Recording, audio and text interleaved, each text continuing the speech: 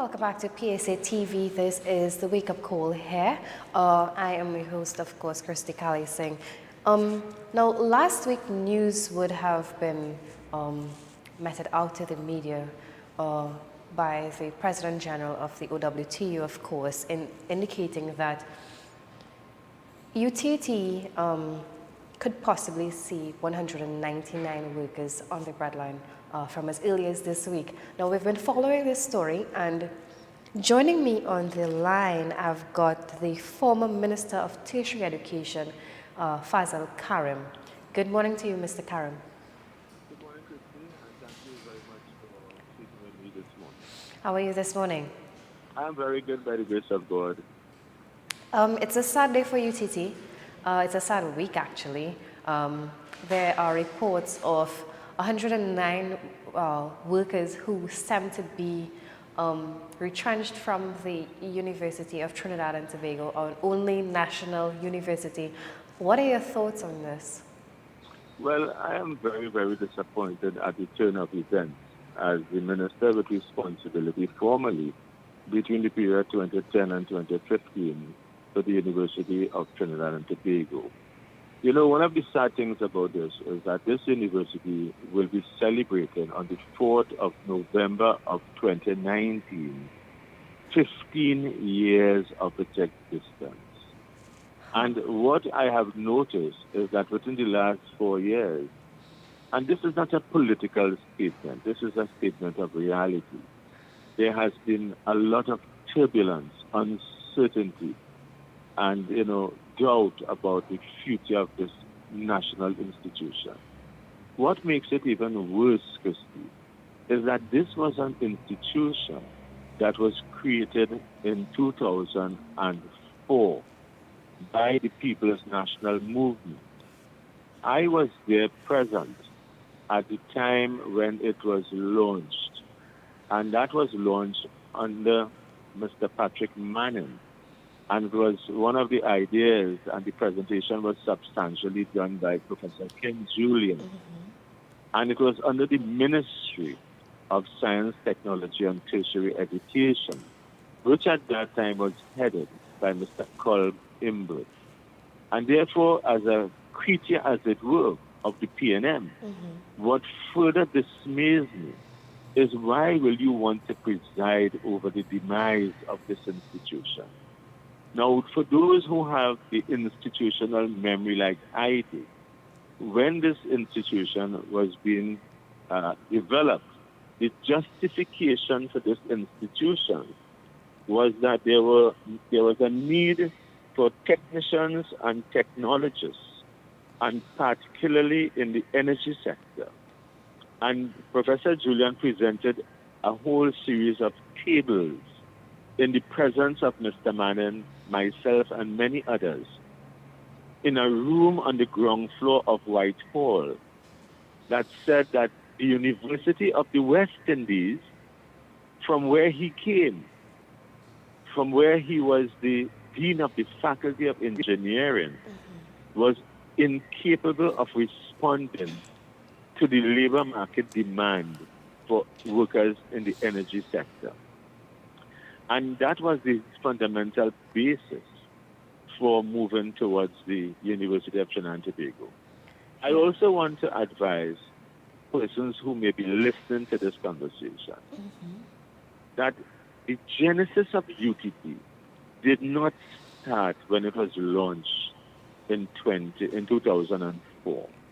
The genesis of UTT started under the Pandey administration, under the ministerial responsibility of Finbar Ganga, the then Minister of Energy. And how did that happen? He started in like manner with saying that the existing institutions were not responding to the demands of the energy sector. And hence the National Energy Skills Center, the NESC, had its genesis in a facility at the Point Lisas Industrial Estate. Subsequent to that, when the Pandey administration demitted office, it then went on to the property at the Old Bangas plant of Tertiary 1975 Limited at Britain Castle. And what was constructed there, the NESE moved to that facility. The National Energy Skills Center moved from Point Lisas to that facility. And under the People's National Movement, and again under the guidance and the direction and the influence of Professor Ken Julian, it then morphed into the TTIT, the Trinidad and Tobago Institute of Technology, and subsequently the University of Trinidad and Tobago. I think it's important for me to give you the trajectory, the Because chain a lot of of people events that probably just think, this is they any... don't know. Yeah. And I can tell you, I was there. I made a presentation to Mr. Manning and to Professor Julian and the other stakeholders, which comprises NEHURST and a lot of other institutions like COSTAT and so on. And what we attempted to do was to support through data what they had asked us to do in terms of the manpower deficit and needs of the energy sector. Having said that, I took over as minister in 2010 to 2015. And I want to tell you that I'm proud to say that what we did with the National University is that we secured the university and expanded the university. I cannot recall one person being fired or 10 or 5 or 10 or 15. And when I look at what is happening to that university now, what dismays me and what disappoints me is that you have a university that is now being born. It is now growing up. And at age 15, you are seeing the dismantling of a national university. I ask the question, where is Professor Ken Julian? When he started UTT, it was the group of Ken. The group of Ken that came, like Professor Magor, Professor Julian, Professor Imbe, Professor Narayan Singh. Where did they come from? A lot of those persons who started up. And this is not a condemnation or criticism. This is the truth.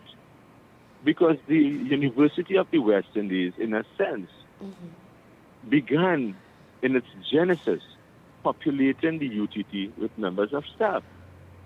But when you look at what is happening now, you are seeing that the deputy chairman of UTT, Professor Clement Imbert, is saying in the newspaper on Sunday, and I responded in a sense to that, that the reason why UTT is in this condition today, it is because of the economy. Yeah. It is because of the lack of resources from the government of Trinidad and Tobago. And I think that is always the go-to answer when it comes down to retrenchment. Everything stems from the economy. So I asked the question. I asked the question, if you knew that was happening, the party in power now said soon after I took office on the 7th of September that they did not have money. They didn't find money. Another contradiction, right? Another untruth. They did not find money. So if you did not find money for the last 4 years, how come you're doing all of these massive projects of road infrastructure? And we could go on and on. But the point I want to make to you is if the University of Trinidad and Tobago knew that that was a statement of fact, if I were in charge as minister, I would have moved expeditiously to ensure that the concept of restructuring and a plan to save and progress the university would have been commenced immediately as I heard that statement. And the question I ask is, why was that not done? Well, because see, when you listen to restructuring, they're saying that they're going to save $2 million so it's a month, right, in wages by retrenching these people. But there's a minister sitting in this government who received $23 million in rental for a property.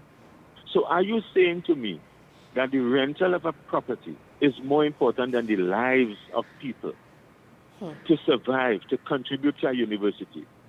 And these are some of the things that disappoints me. I can tell you, because I know the PNM fired me in 2007 as the Chief Executive Officer of the National Training Agency, under the ministerial responsibility of Mustafa Abdul Hamid in the Manning administration, and under the chairmanship of Professor Brian Copeland, who is now the principal of UWI. I'm not casting any aspersions. That was done.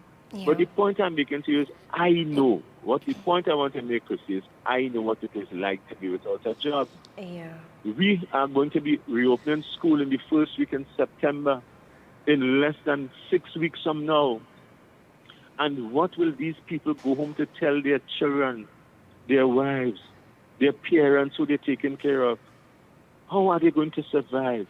Their houses, their cars, their mortgages. And it seems as though there's a callousness about issuing these letters. And the Minister of Education, who I hold responsible and accountable for these decisions, is saying that he is aware. Yes. And I'm asking the Minister of Education, Mr. Garcia, if you were aware, what did you do? If from the first instance when you gave so many persons letters of retrenchment, what restructuring plan? Tell the country, what is your restructuring plan? You are bringing professors and you are bringing lecturers from outside of Trinidad and Tobago. When we have the requisite talent and capability and capacity and competence of persons to lecture, write, and to run an institution, the University of Trinidad and Tobago must tell the population in the country how much is it costing in wages bill for foreigners who are here.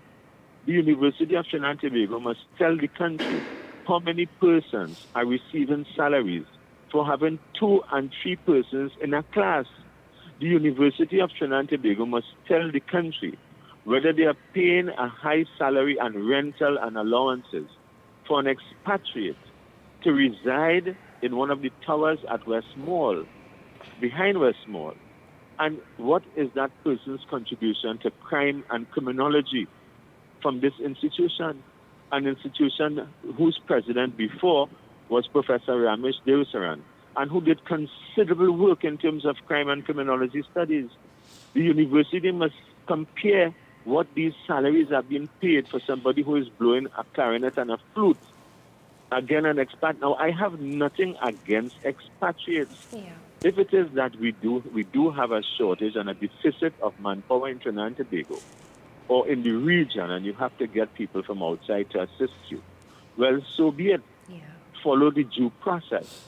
But when you are coming to tell the country that you are engaging in restructuring and you have to sever approximately 200 more persons, you're going to close down the education campus at Corinth.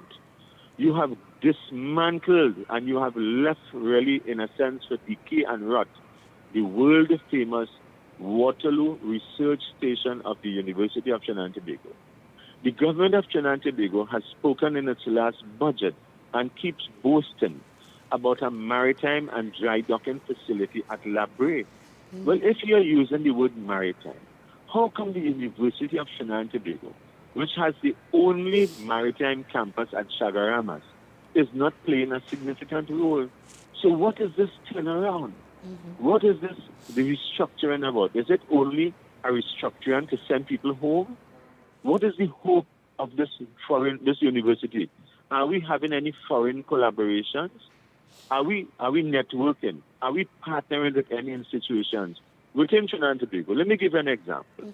If perchance the University of Trinidad and Tobago is finding it difficult to pay its bills, to upkeep certain things, well, we just had, and we are hearing, under us, we started the construction of the University of the West Indies Penal Debe campus on 142 acres of land, costing over $500 million. And had I been minister, continued from 2015, I can now tell you with full degree of certainty that university would have been up and running long before today. Up to today, 4 years after, the UWI Penal Debe South Campus cannot start operation. We are being told that it is going to start operation in August of this year. Again, less than 6 weeks from today. And do you see a sense of preparedness? Are we fully there? Is it accredited as part of an institution, as a satellite campus? I am not condemning. I welcome the University of the West Indies to open its doors to more students and to give employment.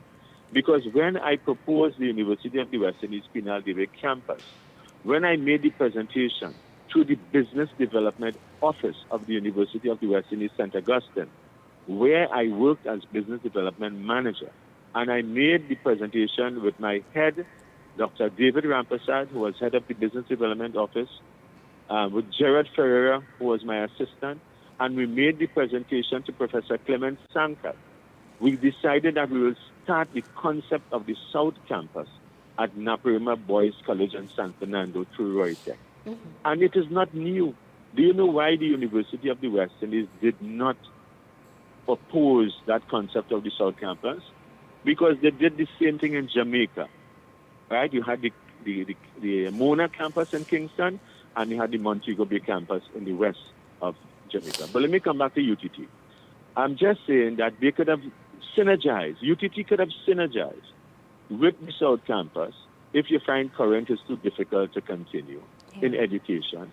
And we are being told that the University of the West Indies is going to deliver education program to teachers and future teachers through the Faculty of Humanities and Education. Why is this? The same parent is paying for this bill, which is the taxpayer of Trinidad and Tobago through the government. Why is it impossible for us to have synergies between UTT and UWI? So I hope I have given you quite a lot of what I think it is. But I would like to see the restructuring plan of UTT. They must tell the employees. They must tell the workers. And I want to also say, when the workers, the thousands of workers were sent home from Tertiary, if you read, and I challenge anybody to go and read the Labor Day messages of the Honorable Prime Minister, Dr. Keith Rowley, and the Minister of Labor, they are saying, and Dr. Rowley said recently in answer to a question when he was asked, what will happen to the petrolician workers? He says some of them can reapply for the jobs. Are we saying that as well to UTT? From those who have been severed before, the first and second batches, were any of them rehired? And if they were rehired, on what basis were they rehired? What are they doing? So I continue to be very concerned about the future of the University of Trinidad and Tobago. And I want to tell you, if I am returned to government, and if I have any responsibility with the courtesy of Mrs. Kamala Prasad, successor, I am going to ensure that we reverse the decline and the demise of UTT. And I'm going to tell you with every guarantee that we're going to continue on an expansionary mode. Look what is happening to the UTT Aviation Campus in Camden that I constructed and built. And that is a money, that is a cash cow waiting to happen. Why doesn't the university examine its context and strategically examine and pinpoint what areas of opportunity can be accessed and go for that? For example, I was having discussions with international companies, and we were also having discussions through one of our colleagues with the Boeing aircraft industry in Seattle, Washington, and the West Coast. You know Boeing, and I'll tell you something, Boeing does not have any facility in this part of the world. They have an offsite in Indonesia. But you know what? American Airlines went to Brazil, Sao Paulo, and built a two-compartment or a two-park hangar in Sao Paulo for $100 million US. We are nowhere close to that at Camden. We are a fraction of that. But we are proud to say that we have launched the aviation campus, and 3 classes, which are among the most sought-after classes in aviation, a certificate, and now the degree, are some of the most popular programs offered by UTT. So I'm saying there should be hope. There should not be hopelessness and despair and depression. You should tell these workers what else is available to them. Don't call them and tell them we're having a career guidance seminar. They don't need that. They need you to tell them, is the economy going to be creating jobs? Look at these students who are coming out of UTT, UWI, COSTAT, NESC, YTEP, MIC, all of them. Approximately, University of the Southern Caribbean, approximately 10,000 persons will graduate annually. Where are the jobs? Not even are you hearing anything from the Minister of Labor, except she's saying that we want to employ 400 persons on the OJT program. Are you hearing anything about the OJT program? You know, when you look at CNN, you will see a ticker tape after the first week in every month, where the United States of America, with millions of people, will tell you how many jobs were created, and it comes out of the U.S. Department of Labor. You want to tell me that we cannot do that in Trinidad with 1.2 million people? You want to tell me that we cannot have the jobs report like the weather report, which I started called the jobs report to tell people where are the jobs, what are the qualifications, what is remuneration, where you can apply? Why are we so docile and reticent and uncaring for our own people? What do we expect?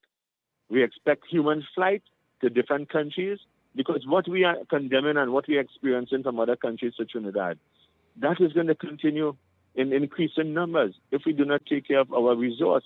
And many of these people who work at UTT, they have built up research papers, capacity, and they can contribute to national development. And that, again, pains me further. When you look at the rate in which retrenchment is being carried out in this country, we started off with ArcelorMittal, then to Petrotrin, and TSTT, UTT. What are your thoughts on everything happening? Well, again, if you are retrenching, where is the capacity building? Where's the job creation strategy? What is the job creation strategy for the government and for the people of this country? Are you hearing that? If you look at even the SME sector, the small, medium enterprise sector, if you look at that in some other countries, like the United States, for example, you'll find that is the backbone. You are hearing lip service to entrepreneurship. Do you know, Christy, that the UTT was described as the entrepreneurial university? I am sure many people will not know. Under my stewardship and my tenure, we opened a facility at Frederick Settlement in Karim, which was called U-Start, like you in UTT. Yeah. You have 1 minute left. That allowed people to walk in there. We had cubicles, computers, laptops, telephone, all the facilities if you wanted to explore a business opportunity under guidance. Do you know, under my tenureship again, for the first time, any university had a university store at the Piarco International Airport. And what we were doing there is we were selling the products and services, even the research and publications, and the store was doing quite well. Guess what? When the PNM came into power, soon afterwards, within 1 year, they closed down the store. We saw that as an opportunity to internationalize the brand of UTT. You go to Singapore, you go to Malaysia, you go to Oxford in England, you will see the stores that promote the brand of the university. What are we doing? Are we reversing the gains that we have made? Is there a deliberate strategy? You have no credit. Please top up your account. Okay, seems like we've lost Mr. Karim there.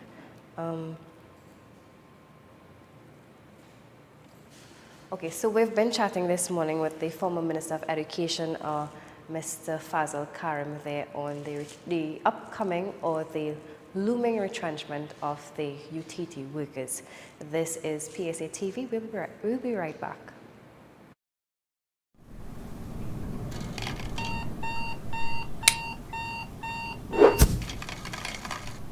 And welcome back to PSA TV. This is the wake-up call. Let me apologize for that technical glitch there. But we have back on the lines with us former Minister of Education, Mr. Fazal Karim, and we were talking about the rapid rate in which retrenchments have been occurring in this country. Mr. Karim, sorry. Yeah, go ahead, I'm hearing you. Okay, so we were talking about the rapid rate in which retrenchments have been taking place in this country, and your thoughts on that. Well, again, I'm saying one has to, if it is that the government is saying that they do not have the money to maintain jobs and employment, I ask the question, what is your foreign direct investment strategy? How are you attracting people? But can you attract and will you be able to attract people to invest in this country, or even overseas students to study in this country at a crime rate that is just out of control, where within 1 week 24 persons would have lost their lives? So it is not simply a matter of job creation. It is also the preparation and to ensure that there's a conducive environment that will support and empower foreign direct investments and indeed local investments. We are not hearing about the job creation strategy of this government. What we are hearing about is the job separation strategy of this government. Cut and send home people here, cut and send home people there, cut and send home people there. And in some cases, even schools now. I saw recently where a principal of a school has given the students who are coming in a shopping list to work with your own toilet paper, to work with your own stationery. And the Minister of Education is saying that is not part of the school list. Well, we know that. I taught in the Ministry of Education for 21 years. We know that is not part of the school list. It was never there when I was a teacher. But if it is that people are facing, and tutor, the representative union, is agreeing with that principle. So what is it that we are seeing in terms of the retrenchment of workers? This is going to be something very dangerous, because when you have idle hands in a country, it has the potential for very unfortunate circumstances, as we have seen in the past and we have seen in other parts of the world. I talked about Mr. Patrick Manning giving rise to UTT in 2004. And I recall when I was the CEO of the National Training Agency, Mr. Manning was on a walkabout. He went to Laventil. He went to Enterprise, among other places. And he spoke on the block to these people who were sitting and asking for jobs. And it was out of that initiative we were asked to contribute to a program to respond to these unemployed young people. And the program that I was a part of, that we assisted with the government at that time, and the Ministry of Science and Technology and Tertiary Education, was called the MUST, the Multi-Sector Skills Training Program. Where is that program today? What is happening with the HYPE program, helping you prepare for employment? What is happening to a lot of these programs that we could have used in the communities to assist young people or those who have not been getting consistent jobs to get jobs? Let me give you an example. I started in my ministry, and I was Minister of Tertiary Education, something called the WAC. What is that? That is the Workforce Assessment Center. What does that do?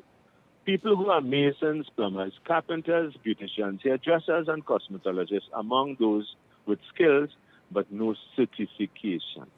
And we work with the National Training Agency. We develop the occupational standards of competence.